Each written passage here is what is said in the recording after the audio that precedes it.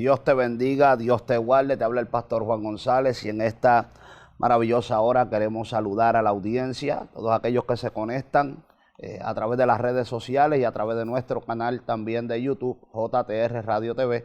Queremos bendecirle en esta maravillosa hora, compartiendo, ¿verdad?, en esta serie que hemos venido hablando acerca del Evangelio según San Juan y vamos a entrar en el capítulo 5 en el día de hoy. Sabemos que Dios quiere bendecir tu vida de una manera especial, pero es necesario que mientras estudiamos la palabra podamos absorber el extracto, la enseñanza que ella nos da para que nosotros podamos vivir una vida agradable delante del Dios del cielo. Y es curioso porque la semana pasada estuvimos también desarrollando el capítulo 4 de esta clase y cerramos el capítulo viendo un milagro que Jesús lleva a cabo en la vida de un oficial.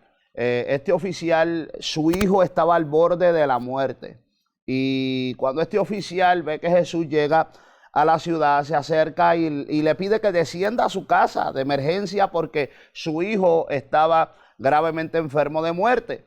Y vemos, ¿verdad?, cómo Jesús apela, ¿verdad?, y hace un reclamo acerca de si no vieran las señales, no creerían. Y mientras Jesús hace esa expresión, este hombre vuelve nuevamente y le dice que por favor descienda rápidamente a su casa porque su hijo estaba a punto de morir. Y lo que me llama la atención es que Dios quiere bendecirte, pero hay algo que el Señor quiere hacer muchas veces en medio de nuestros procesos y es probar nuestra fe. Fíjese que Jesús podía descender a la casa de aquel hombre y llevar a cabo aquel milagro. Sin embargo, Jesús le dijo, vete porque tu hijo ya está sano. Y aquel hombre, dice la Biblia, que creyó aquella palabra. Entonces es lindo cuando nosotros podemos ver que la palabra nos enseña que sin fe es imposible agradar a Dios.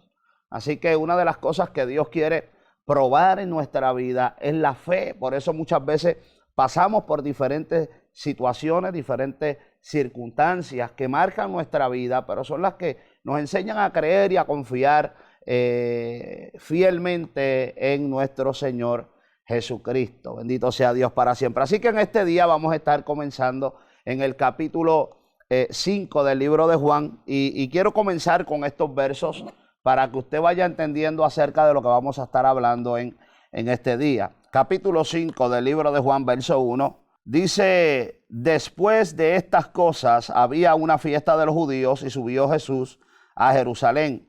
Y hay en Jerusalén, cerca de la puerta de las ovejas, un estanque llamado en hebreo Betesda, el cual tiene 5 pórticos. En estos yacía una multitud de enfermos, ciegos, cojos, paralíticos, que esperaban el movimiento de las aguas. Porque un ángel descendía de tiempo en tiempo al estanque y agitaba el agua, y el primero que descendía al estanque después del movimiento del agua quedaba sano de cualquier enfermedad que tuviese. Quiero comenzar hablando primeramente acerca de lo que significa Betesda. Fíjese que Betesda significa casa de misericordia. Y es curioso porque Betesda, conforme a lo que estamos estudiando y estamos leyendo, es un lugar donde se reúnen los enfermos, donde los enfermos pueden encontrar un rayo de esperanza, siendo aquel el lugar donde tal vez muchos de ellos no se sentían rechazados, donde tal vez muchos de ellos no se sentían ignorados, donde tal vez muchos de ellos no se sentían maltratados. Era ese el lugar donde ellos sentían que había un rayo de esperanza. Según ellos, un ángel descendía de tiempo en tiempo y agitaba el agua. Y el primero que descendiese a las aguas quedaba sano de cualquier enfermedad. Así que quienes estaban en aquellos pórticos eran aquellos que se sentían acogidos. Y aunque era una grande bendición que esto se pudiera llevar a cabo, había una limitación y es que solamente uno podía recibir la sanidad. Así que es triste, ¿verdad? Y quiero aprovechar para resaltar que es muy triste que hoy en día aquellos que han sido llamados para servir a Dios, aquellos que han sido llamados para servir a las comunidades, aquellos que han sido llamados para dar una palabra de esperanza, muchas veces poseen ministerios a los que no se le puede llamar casa de misericordia.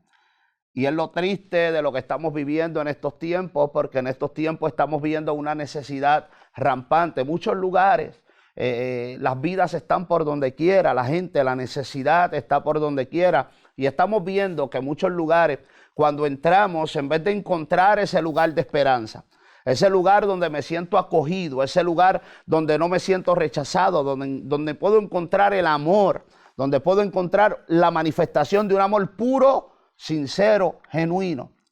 Lo que muchas veces encontramos es un tribunal, un lugar donde lo que se lleva a cabo es juicio.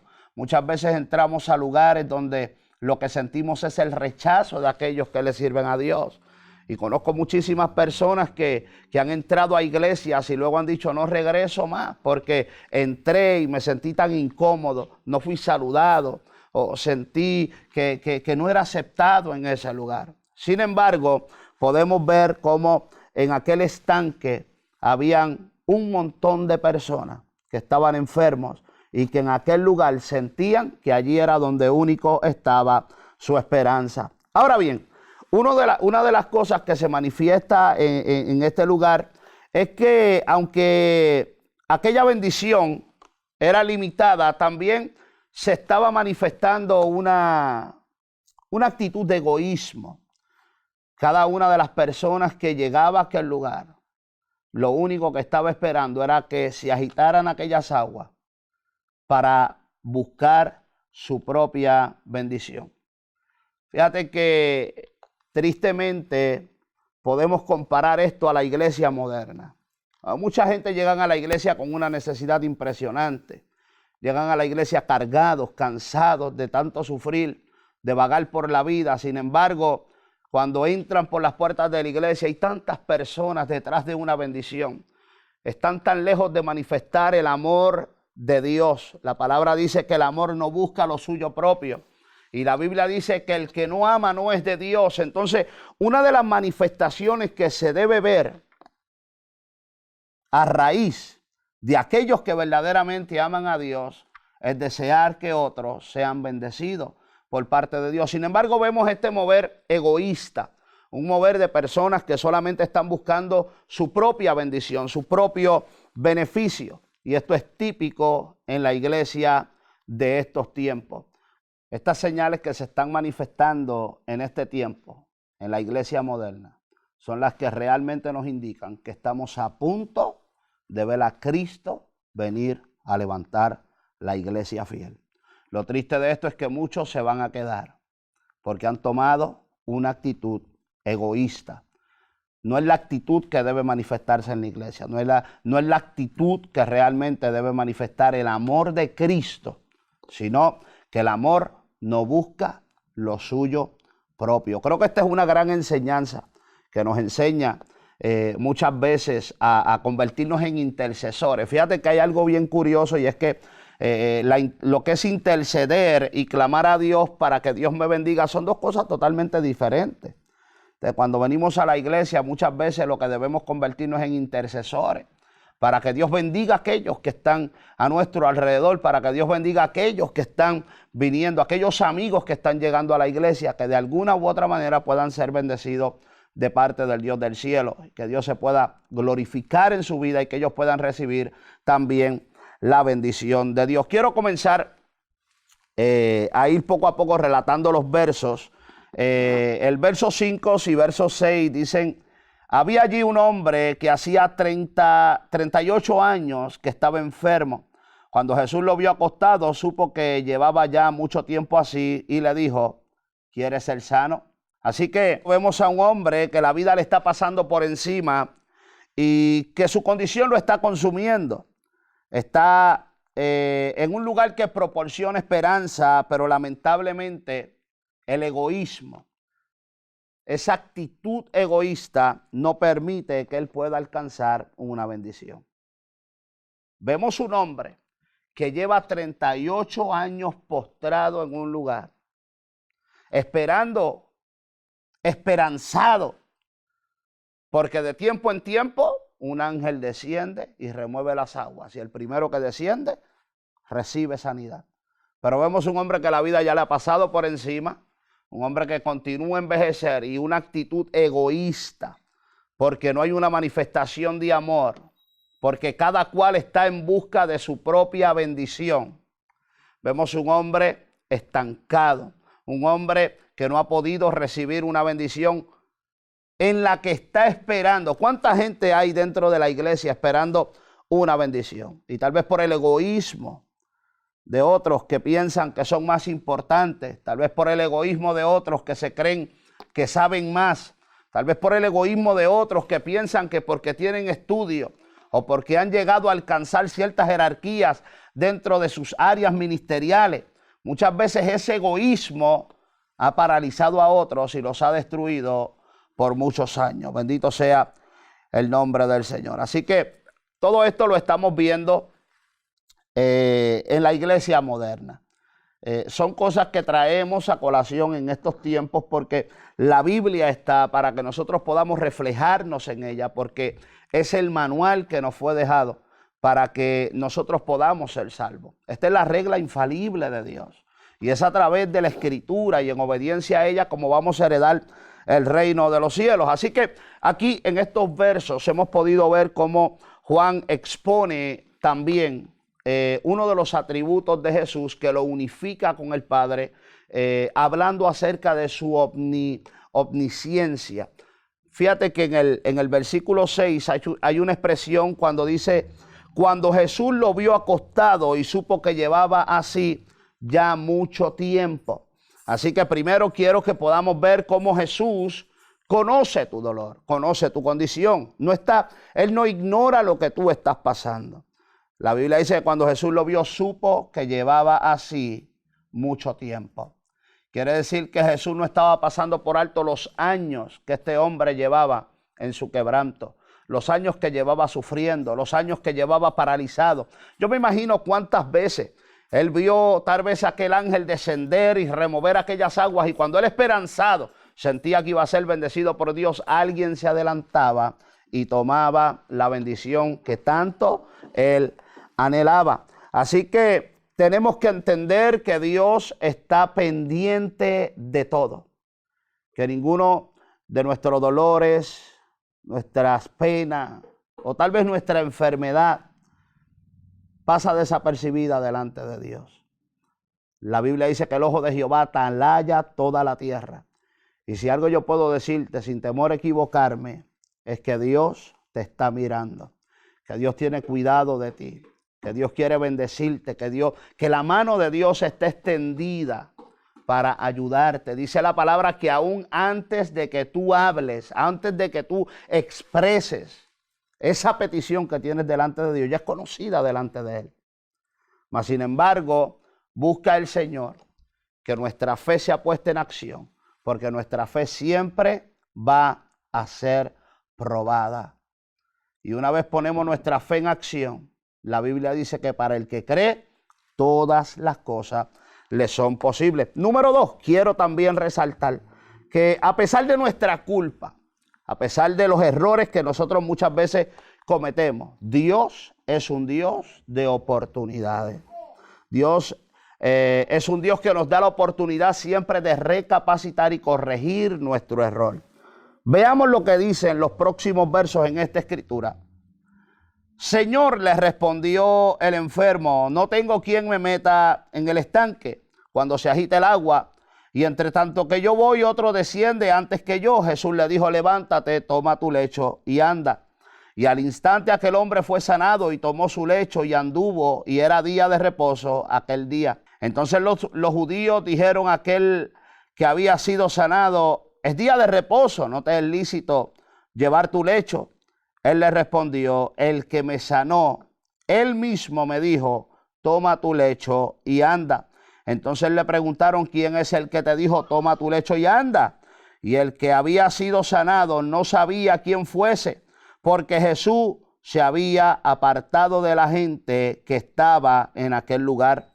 Después le halló Jesús en el templo y le dijo, mira, has sido sanado, no peques más, para que no te venga alguna cosa peor. Es curioso cuando podemos ver la razón por la que este hombre estaba en la condición en la que estaba, todo era causa del pecado. La consecuencia de su pecado lo había paralizado por 38 años de su vida. Y creo, sin temor a equivocarme, que el que Juan hubiese resaltado en esta historia las palabras de Jesús, creo que derivamos de ahí que en el corazón de este hombre todavía no había nacido el verdadero arrepentimiento. Creo que Dios es un Dios de oportunidades. Tal vez muchos que me pueden estar escuchando en este momento también pueden sentir la voz de Dios que te extiende una oportunidad y que te dice, tal vez si te levantas te puedo bendecir. Tal vez si dejas de cometer el pecado que estás cometiendo te puedo bendecir. Pero las consecuencias de nuestro pecado muchas veces paralizan nuestra vida. 38 años de la vida de este hombre, pagando un alto precio. ¿Cuál haya sido el error que cometió? ¿Cuál haya sido el pecado que cometió? Yo no lo puedo saber, pero sí puedo leer que Jesús lo miró en el templo y le dijo, no peques más, para que no te venga algo peor. Así que, sin temor a equivocarnos, podemos entender que la condición de este hombre era la consecuencia del pecado que estaba cometiendo. Así que también, ¿verdad? Pues nos cabe mencionar que en los versículos que hemos leído se nos permite ver, ¿verdad? Hombres que están también arraigados a la religión, de tal manera que no les importa la bendición de un hombre que acaba de ser sanado después de 38 años. Y es curioso porque es que vemos la manifestación de caracteres. Fíjense que la Biblia es un espejo donde nosotros nos miramos y nos identificamos. Y es curioso porque podemos ver el carácter de hombres que amaron a Dios y el carácter de hombres que erraron en el camino y el carácter que manifiestan muchas veces aquellos que solamente viven una religión. Y vemos un grupo de religiosos que están tan aferrados a sus tradiciones y están tan aferrados a la religión que no pueden comprender o gozarse o alegrarse de un hombre que por 38 años estaba cautivo, que por 38 años estaba atado a una enfermedad y que por fin había podido ser sano milagrosamente porque Jesús lo había sanado. ¿Cuántas personas entran dentro de una iglesia y el Señor comienza a levantarlos?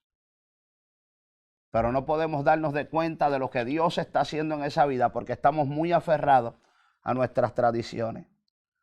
Estamos muy aferrados a que cuando las personas entren por la puerta de la iglesia parezcan que son los más santos. Y muchas veces personas que están en un proceso de regeneración, en un proceso de cambios, al entrar a la iglesia rápidamente los miramos y solamente le queremos enjuiciar y juzgar y decirle esto se puede hacer y esto no se puede hacer. ¿Y quién fue el que te dio permiso para hacer eso? Y no nos estamos dando cuenta que un pecador había sido ganado para el reino de los cielos.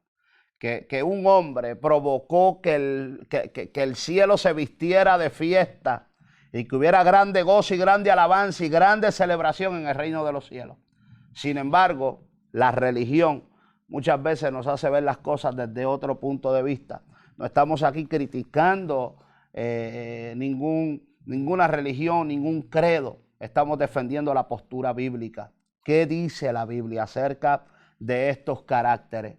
¿Cómo se manifestaron? ¿Fueron aprobados delante de Dios?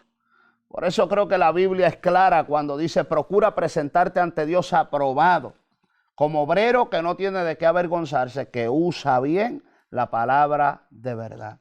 La misma Biblia nos enseña que la palabra es inspirada por Dios y es útil para enseñar, para redarguir, para instruir en justicia.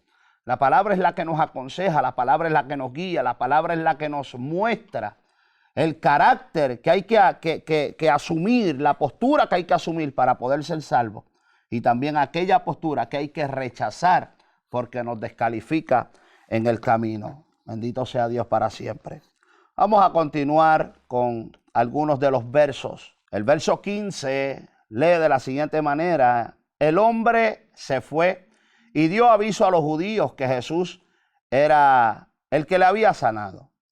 Por esta causa los judíos perseguían a Jesús y procuraban matarle, porque hacía estas cosas en el día de reposo. Y Jesús le respondió: mi Padre hasta ahora trabaja y yo trabajo.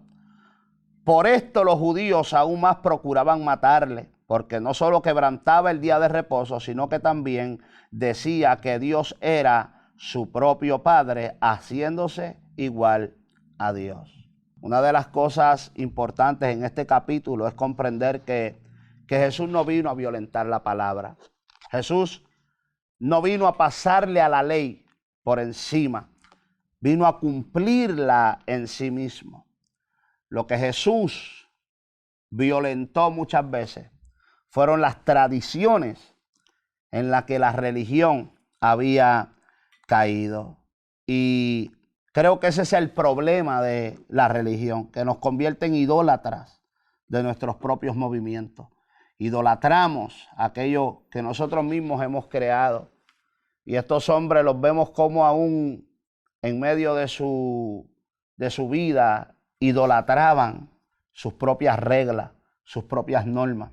Tanto así que era más importante mantenerse firme en los rudimentos que ya ellos habían establecido que en un hombre que había sido sanado milagrosamente y gozarse juntamente con él. Es triste ver que estos hombres se enfurecían porque Jesús hacía el bien. Estos hombres se molestaban porque Jesús había sanado en el día de reposo. En una ocasión Jesús les reclama a los fariseos y les dice: ustedes, si una de sus ovejas, sus cabras, cae en un risco el día de reposo, ¿no la rescataría porque estuviera el día de reposo? ¿Cuánto más vale un hijo de Israel? ¿Cuánto más vale un ser humano que fue creado a imagen y semejanza de Dios? Muchas veces le damos más valor a las cosas que nosotros hemos establecido, le damos más valor a nuestras propias normas y hemos perdido de vista lo que realmente es importante: la misericordia, el amor de Dios, que se manifiesta en nuestras vidas. La Biblia dice: porque Dios amó al mundo de tal manera que envió a su Hijo unigénito para que todo el que en él cree no se pierda, mas tenga vida eterna. Lo que debe identificar el Evangelio realmente es el amor. La Biblia dice: y en esto conocerán que son mis discípulos, en que tengáis amor los unos por los otros. Así que una de las cosas que más manifestada debiera verse en medio de una iglesia es el amor y no el prejuicio. Bendito sea el nombre del Señor. Así que tenemos que entender también que cuando leemos esta palabra, Jesús mismo hace expresiones, ¿verdad?, que lo unificaban con Dios, siendo uno con Él, y es lo que Juan también intenta poner por evidencia. Entendemos que en el Evangelio de Juan, una de las cosas que Juan quiere resaltar, o la intención que Juan tiene, es mostrar a Jesús como el Mesías. Por lo tanto, resalta en muchos de sus diálogos cuáles fueron las palabras expresadas por Jesús para que aquellos judíos y aquellos escribas y fariseos que enfrentaban la iglesia y que querían judaizar a la iglesia pudieran entender que Jesús era el cumplimiento de la ley, que Él era el Mesías y que Él era el mismo Emmanuel, Dios con nosotros. Bendito sea Dios. Los versos 19 en adelante dicen: respondió entonces Jesús y les dijo: de cierto os digo, no puede el Hijo hacer nada por sí mismo, sino lo que ve hacer al Padre. Porque todo lo que el Padre hace, también lo hace el Hijo igualmente. Porque el Padre ama al Hijo y le muestra todas las cosas que Él hace. Y mayores obras que éstas les mostraré, de modo que os maravilléis. Porque como el Padre levanta de los muertos y le da vida, así también el Hijo a los que quiere da vida. Porque el Padre a nadie juzga, sino que todo el juicio dio al Hijo, para que todos honren al Hijo como honran al Padre. El que no honra al Hijo no honra al Padre que Él envió. De cierto os digo, el que oye mi palabra y crea al que me envió, tiene vida eterna y no vendrá a condenación, mas ha pasado de muerte a vida. De cierto os digo, viene la hora, y ahora es, cuando los muertos oirán la voz del Hijo de Dios, y los que la oyeren vivirán. Porque como el Padre tiene vida en sí mismo, así también ha dado al Hijo el tener vida en sí mismo. Y también le dio autoridad de ejercer juicio, por cuanto es el Hijo del Hombre. No os maravilléis de esto, porque vendrá ahora cuando todos los que estén en los sepulcros oirán su voz. Y los que hicieron lo bueno saldrán a resurrección de vida, mas los que hicieron lo malo a resurrección de condenación. Muchos de los diálogos de Jesús, o creo que en todos ellos podemos decir que jamás Jesús le resta autoridad al Padre. Jamás se coloca sobre el Padre. Nosotros comprendemos y entendemos que Jesús es un desprendimiento de la misma esencia de Dios, humanizada en Jesucristo, para manifestarse a los hombres visiblemente. Mas Jesús, respetando que Él estaba humanizado en un cuerpo, nos da ejemplo de cómo siempre debemos dirigirnos al Padre en el nombre de Jesús. Así que Jesús mismo jamás le quitó, le restó méritos al Padre, porque el Padre se había presentado desde el principio a través de la ley. Había hablado con Moisés. Y la intención de Jesús era que pudieran entender que Él era el cumplimiento de la ley. Y que seguirlo a Él era lo mismo que serle fiel al Padre. Bendito sea el nombre del Señor. Toda la autoridad le ha sido dada al Hijo. Y es el Hijo quien al final de los tiempos va a juzgar y va a condenar a todos aquellos que no estén escritos en el libro de la vida. Cuando Jesús está hablando de la resurrección de los muertos para vida eterna. Son aquellos que dice la palabra que a la final trompeta, con voz de arcángel y con trompeta de Dios, descenderá del cielo y los muertos en Cristo resucitarán primero. Luego nosotros, los que hayamos quedado, seremos arrebatados juntamente con ellos para encontrarnos con el Señor en las nubes. Está hablando Jesús de este acontecimiento que va a marcar la historia, el arrebatamiento de la iglesia.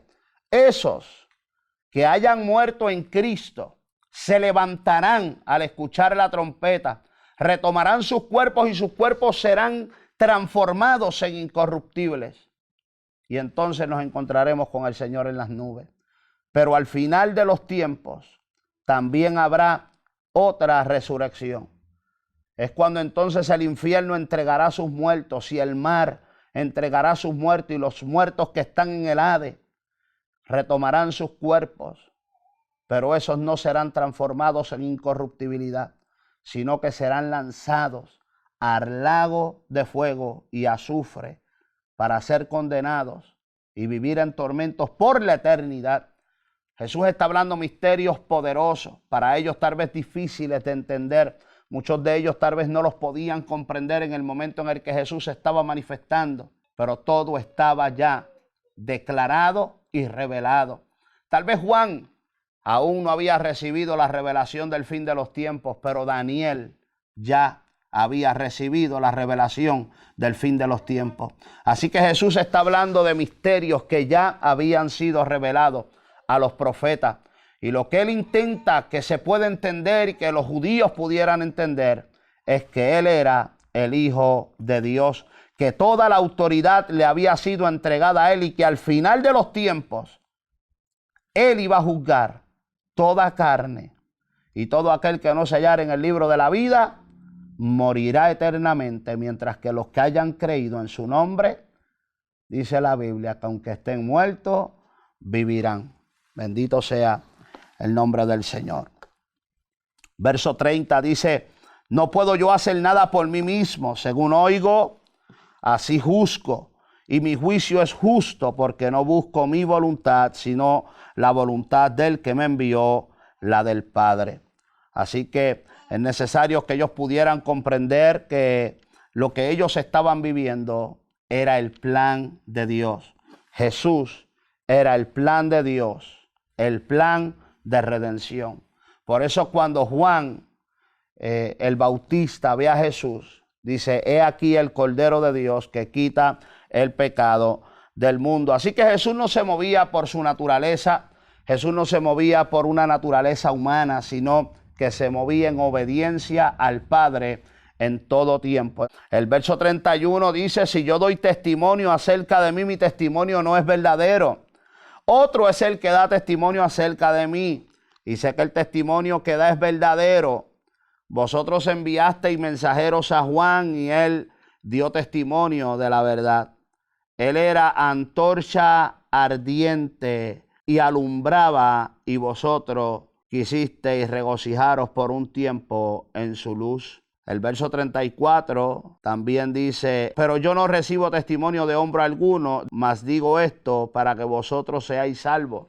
Me llama la atención porque hoy en día podemos ver cómo los hombres alaban a los hombres y cómo se levanta un hombre profesándose un hombre de Dios, profesándose un hombre de carácter divino, autoproclamándose, como dice la Biblia, dice en uno de los mensajes a las iglesias, dice, tienes ahí a Jezabel, esta mujer que se dice profetiza, que se autoproclamaba una mujer que andaba con un mensaje de carácter divino. ¿Cuántos hombres hoy en día no se levantan diciendo, yo vengo con un mensaje de parte de Dios, con un mensaje de carácter divino? Y muchos hombres comienzan a seguir tras ese hombre, se han levantado falsos cristos y han tenido miles y miles de seguidores.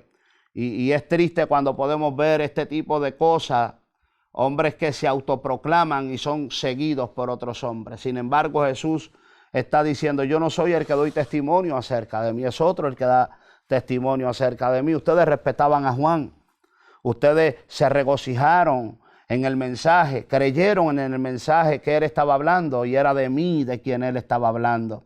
Inclusive ustedes fueron testigos cuando él dijo, he aquí el Cordero de Dios que quita el pecado del mundo. Y Jesús está diciéndole, si no me creen a mí, entonces créanle a Juan. En otras palabras, él está diciendo, de alguna u otra manera yo los quiero salvar.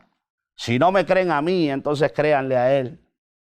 Créanle a Juan, porque él dio testimonio acerca de mí. Hay momentos en los que tu testimonio y mi testimonio va a hacer que gente venga al camino del Señor. Por eso es que no podemos callar las cosas que Dios ha hecho. Y Satanás en su maldad y en su origen malévolo desea callar nuestra boca, para que nosotros no demos testimonio de que el unigénito Hijo del Padre se ha revelado a nuestra vida y que de las tinieblas nos ha llevado a la luz admirable, que es Cristo Jesús. Pero no podemos callar este mensaje divino. No podemos dejar de hablar las buenas nuevas de salvación, porque aquel que se levantó de entre los muertos y hoy está sentado a la diestra del Padre, también tiene el poder de, si en un día te toca partir de esta tierra, también al final de los tiempos tú seas levantado, te levantes de entre los muertos, tu cuerpo sea transformado y puedas heredar la vida eterna. Y si sonare la trompeta, la Biblia dice que entonces seremos arrebatados juntamente con él, que en un abrir y cerrar de ojos, en un solo pestañeo, vamos a ser transformados. Bendito sea el nombre del Señor. Así que la intención de Dios y la intención de Jesús es salvar al mundo. Por eso la Biblia dice que no envió Dios a su Hijo al mundo para condenar al mundo, sino para que el mundo fuera salvo por él. La intención de Dios es salvarnos. La intención de la confrontación bíblica es poder revelarnos la condición en la que estamos, para que exista o se genere un arrepentimiento dentro de nosotros. Entonces, lo que Dios espera de ti es que tú puedas reconocer tu pecado. La palabra de Dios dice, deje el impío su camino y el hombre inicuo sus pensamientos y vuelva hacia Jehová, el cual será amplio en perdonar, el cual tendrá de ti misericordia. O sea, la mano de Dios está extendida para bendecirnos, pero necesita nacer en nuestro corazón el deseo de corregir nuestro error y arrepentirnos de todo corazón. El que confiesa su pecado y se aparta de él, dice la Biblia, que alcanza misericordia. Así que estamos viendo al Padre que desea salvar al mundo. Y por eso envía a su Hijo al mundo, para que el mundo fuera salvo por él. Pero vemos hombres ignorando esa salvación, dejando pasar por alto esa salvación, porque están aferrados a una religión. Jesús está por encima de lo que es una religión. Jesús es más que una religión. Él es el camino, Él es la verdad, Él es la vida. Muchos de nosotros nos llamamos cristianos, evangélicos, pentecostales, pero la realidad es que eso no es lo que nos identifica delante de Dios. La Biblia dice en el libro de Apocalipsis, tienes nombre de que vives, pero estás muerto. Entonces no es el llamarte cristiano, no es el llamarte pentecostal, no es el llamarte evangélico. Lo que te da vida es realmente vivir una vida firme con el Cristo de la gloria y en obediencia a la palabra del Señor. Así que estos versos me llaman la atención de una manera especial, ya que me permiten ver a un Jesús que en el corazón su mayor intención es salvar al hombre y librarlo del pecado. Como iglesia, nuestra tarea debe ser salvar a aquellos que están allá afuera. Como iglesia debemos sentarnos muchas veces y preguntarnos qué estamos haciendo. Realmente estamos buscando al que está perdido, estamos siendo luz en medio de las tinieblas, estamos tratando de ganar almas para Cristo o simple y sencillamente estamos tratando de brillar y quitarle realmente la brillantez al Cristo de la gloria, al sol de justicia. Bendito sea Dios para siempre. Creo que son momentos en los que podemos reflexionar y pensar realmente dónde está nuestro corazón. La palabra dice que donde esté tu tesoro, allí también estará tu corazón. Muchos hombres han alejado su corazón de Dios. Y al alejar el corazón de Dios y querer hacer tesoros aquí en la tierra, también su corazón se ha mundanalizado. Y por eso es que hoy en día estamos viendo un carácter de religiosidad que se está moviendo dentro de la iglesia. Mientras que el Espíritu Santo está gimiendo en una esquina del templo, diciendo, hágame en caso, déjeme moverme, diciendo, aquí estoy a la puerta y llamo, si alguno oye y abre, yo entraré y cenaré con él y él conmigo. Gloria a Dios para siempre. Verso 36 dice, mas yo tengo mayor testimonio que el de Juan, porque las obras que el Padre me dio para que cumpliese las mismas obras que hago, dan testimonio de mí, que el Padre me ha enviado. También el Padre me ha enviado y ha dado testimonio de mí. No habéis oído su voz, ni habéis visto su aspecto, ni tenéis su palabra morando en vosotros, porque quien él envió, vosotros no creéis. Escudriñad las Escrituras, porque a vosotros os parece que en ellas encontraréis la vida eterna, y ellas son las que dan testimonio de mí, y no queréis venir a mí para que tengáis vida. Fíjense qué curioso, que hay muchos hombres que tienen la palabra, pero lamentablemente tener conocimiento o saber la palabra no significa que eres salvo y no significa que tienes a Cristo en tu corazón. Saber mucho no te califica. Lo que realmente te califica es tener un corazón contrito y humillado delante de Dios. Porque la Biblia dice que Dios resiste al altivo, pero Él atiende al humilde. Muchas veces Dios está buscando hombres de humilde condición para glorificar su nombre a través de ellos, para manifestar su gloria a través de ellos. Desde que comenzamos este estudio, en esta serie, hemos podido ver cómo aún los discípulos que por años se nos habían presentado como hombres pecadores del vulgo, del barrio, no eran hombres pecadores del vulgo, del barrio, eran simple y sencillamente hombres pobres, muchachos pobres que no nacieron con los mayores lujos. Pero cuando nosotros leemos a profundidad nos damos cuenta que eran hombres que estaban esperando al Mesías, que tenían un conocimiento impresionante. Y hoy en día estamos viendo un mover de religiosidad. Y Dios está buscando gente que tengan un compromiso real con Él. Dios está buscando gente que puedan apartarse del pecado. Dios está buscando gente que cuando vean su gloria y un milagro se manifieste a su favor, puedan decir, me voy a levantar y ya no voy a entregar mi vida al pecado. Como aquel hombre que estaba paralítico por 38 años. 38 años por causa de su pecado, estancado, paralizado. El pecado lo había tenido en esa condición. Mas, sin embargo, la misericordia de Dios se extiende para con él, no porque él se lo merezca, sino porque Dios conocía su condición y había conocido el tiempo que él había tenido que sufrir como consecuencia de su pecado. Mas, sin embargo, llega la voz de alerta, porque cuando el Señor sabe que tu corazón está a punto de alejarse de él, siempre va a venir el Espíritu para darte una voz de alerta. Y llegó el aviso y le dijo: no peques más, no sea que algo más terrible venga y te acontezca. En este capítulo pudimos apreciar también cómo los religiosos ignoran lo que Dios está haciendo en la vida de muchos hombres, que Dios está levantando lo vil y lo menospreciado para avergonzar a los sabios. Porque muchos religiosos se han encerrado en su religión y se han olvidado de manifestar el amor de Dios que es en Cristo Jesús, Señor nuestro. La introducción de este capítulo encierra una profundidad terrible cuando hablamos del milagro en la vida de aquel oficial. No solamente fue el milagro de que su hijo fue sano por la palabra, porque Juan dice que él era el Verbo y el Verbo era Dios.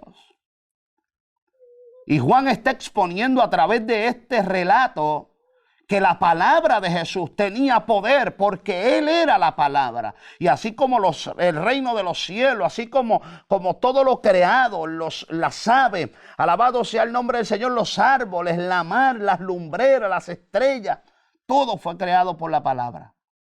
De esa misma manera, la palabra de Jesús solamente activó y el hijo de aquel oficial fue sano. Pero no solamente el milagro lo podemos ver ahí, sino en el corazón de aquel oficial. Un corazón de una persona que tal vez solo creía en lo que veía.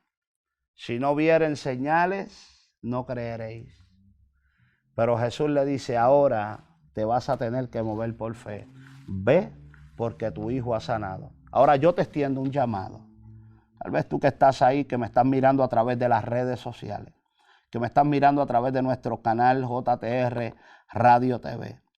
Yo te extiendo esta invitación a ti.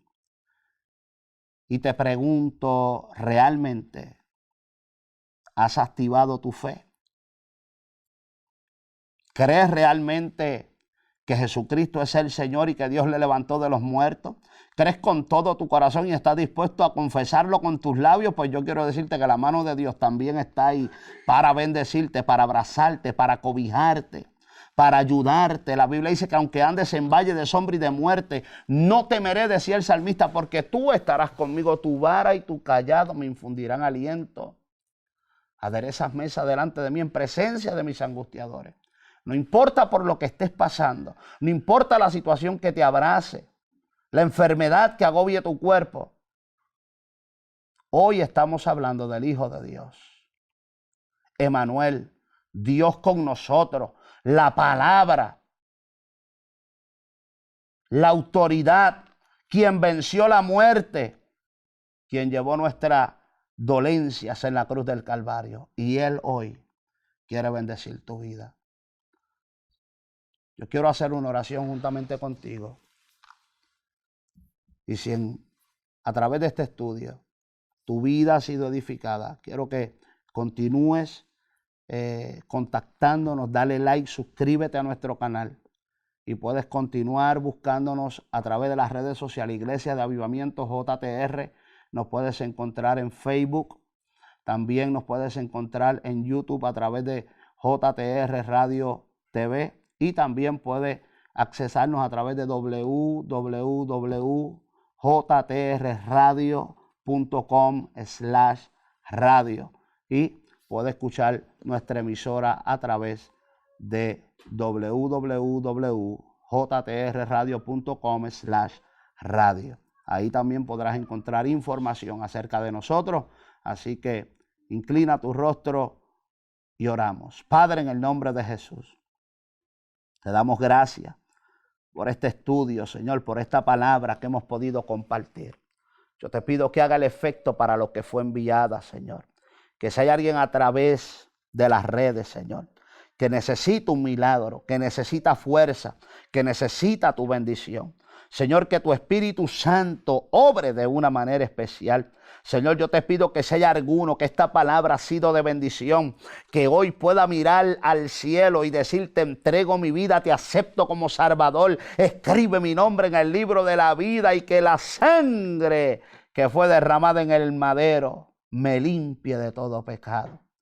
Señor, recibe a cada uno de aquellos que nos está escuchando y que desea volverse a ti. Sigue bendiciéndonos y abriendo nuestro entendimiento para que tu palabra siga fluyendo de manera especial. En el nombre poderoso de Jesús. Amén y amén. Será hasta la próxima, que estaremos compartiendo juntamente con ustedes. Dios me los bendiga.